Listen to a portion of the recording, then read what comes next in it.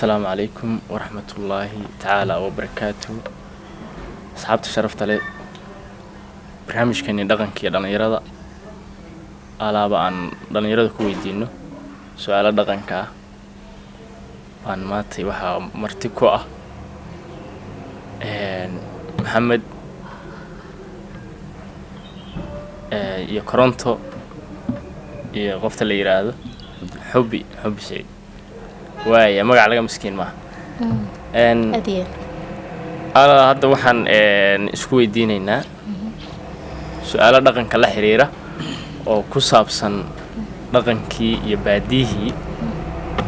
sida geeli lo'dii arigii dameerihii maxaan ku rahay xayawaanaadka hagaag marka saaxiibayaal ku soo dhawaada barnaamijka dhaqanka iyo dhalinyarada dhownahay sax waay صاحب ما شاء الله وعدونا هاي آدي آد بأوكم هاسنتهاي برنامج كان آد بأوك فرحسن هاي إن دي دالنيارة دي محاكورة داقن كي هديه الحسوسية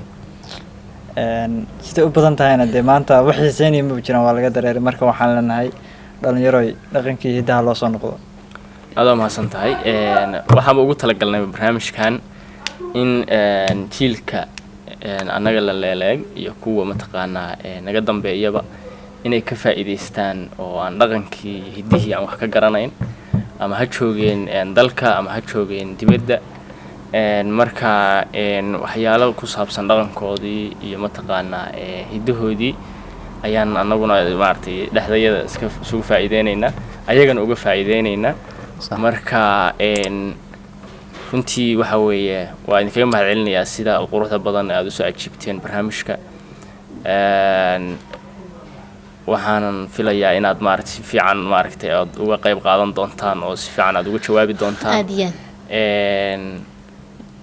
hadda waxa weeye haddii aan barnaamijkeena guda galo